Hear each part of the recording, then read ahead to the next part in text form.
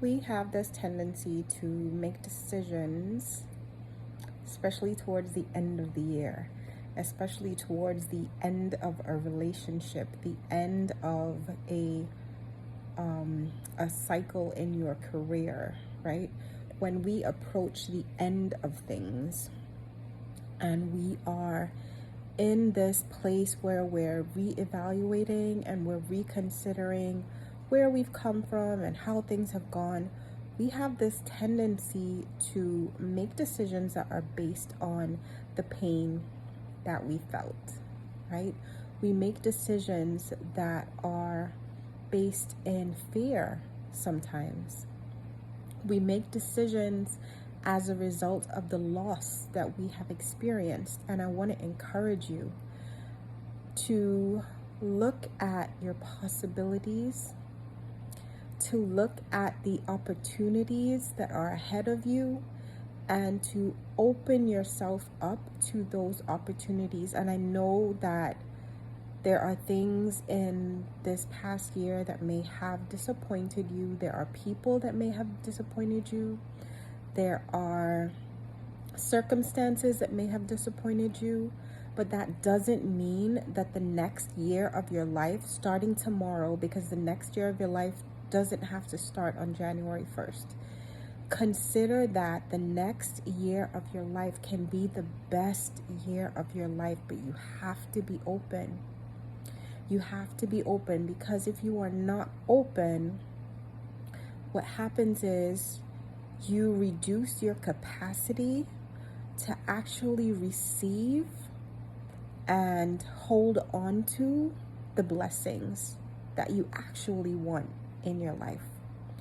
When you make decisions, you make resolutions, you make choices based on a place of doubt or fear or pain, then you set yourself up for failure. And here's the thing.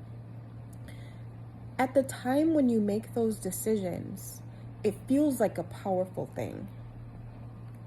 That's the trick.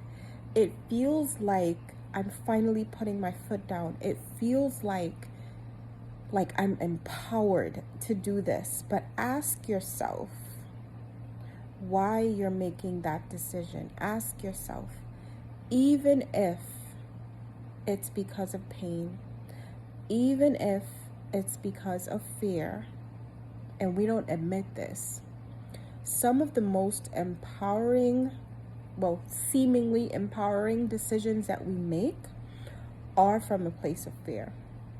We make decisions so that in the future we don't want to feel scared again.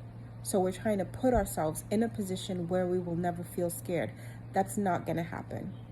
You're going to feel scared again. Something's going to happen to scare you.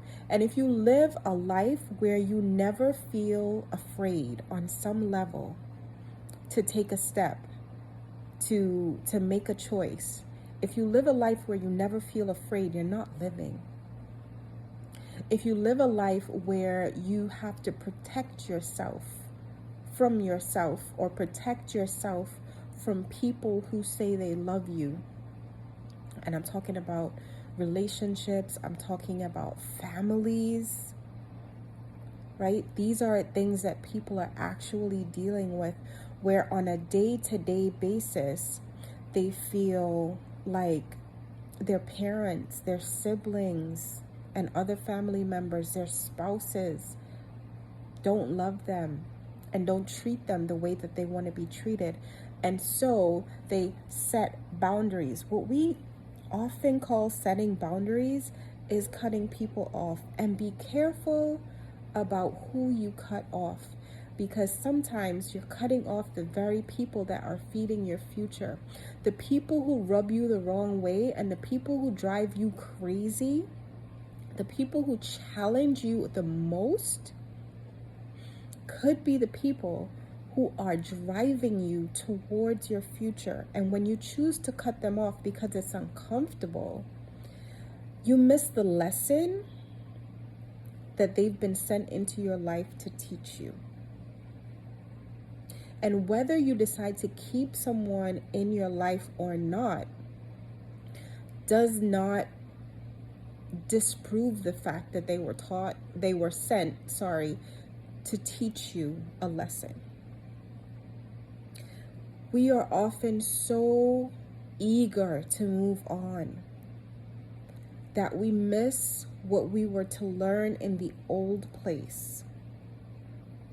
So as I'm ramping up to go into a new year, and as I'm ramping up to share, to really pour out in this coming year, because in the program, not only do I want to show you vision board creation, and we're going to do a lot of fun stuff, but I also want to help you to dig deep and learn the lessons that you need to learn, so that we don't carry that year after year after year, right? Because that doesn't make sense.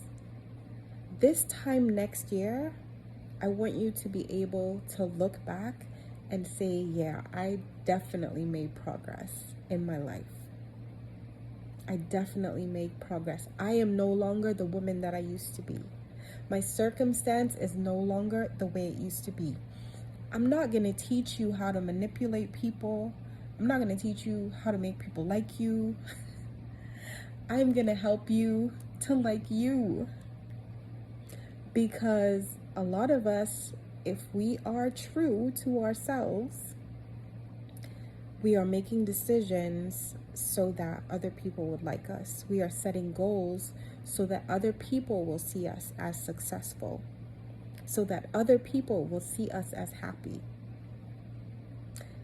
And I want to help you set goals that are authentic to you, goals that are going to help you become the woman that you need to become, in order not only to attain the life that you want to attain, but to sustain it, right? Because it's one thing to grab onto a goal and you're like, yeah, here I am, now what? Right? And your vision is going to evolve. As you evolve, and as you do new things, and as you reach new levels, your vision is going to evolve. And that's one of the things, we can actually create visions that keep us stuck. Because you've never thought through, oh, what's going to happen when I get to this height of the mountain? What's going to happen when I get to this point? What am I going to do? What's the next step? That's why we take it in small steps. So yes, you have your grand vision, and I really encourage you, walk into your new year, whether you are looking at this at the end of 2023, you're looking at this in June of 2024 or beyond. Whenever you decide that your new year begins, walk into that new year with an open vision, a wide open vision. Do not limit yourself, and do not limit the possibilities that are available to you. You have no idea what can happen in your life if you have the faith and the determination to really see that vision through. All right, so I hope this helps. Blessings on your journey. I will talk to you soon.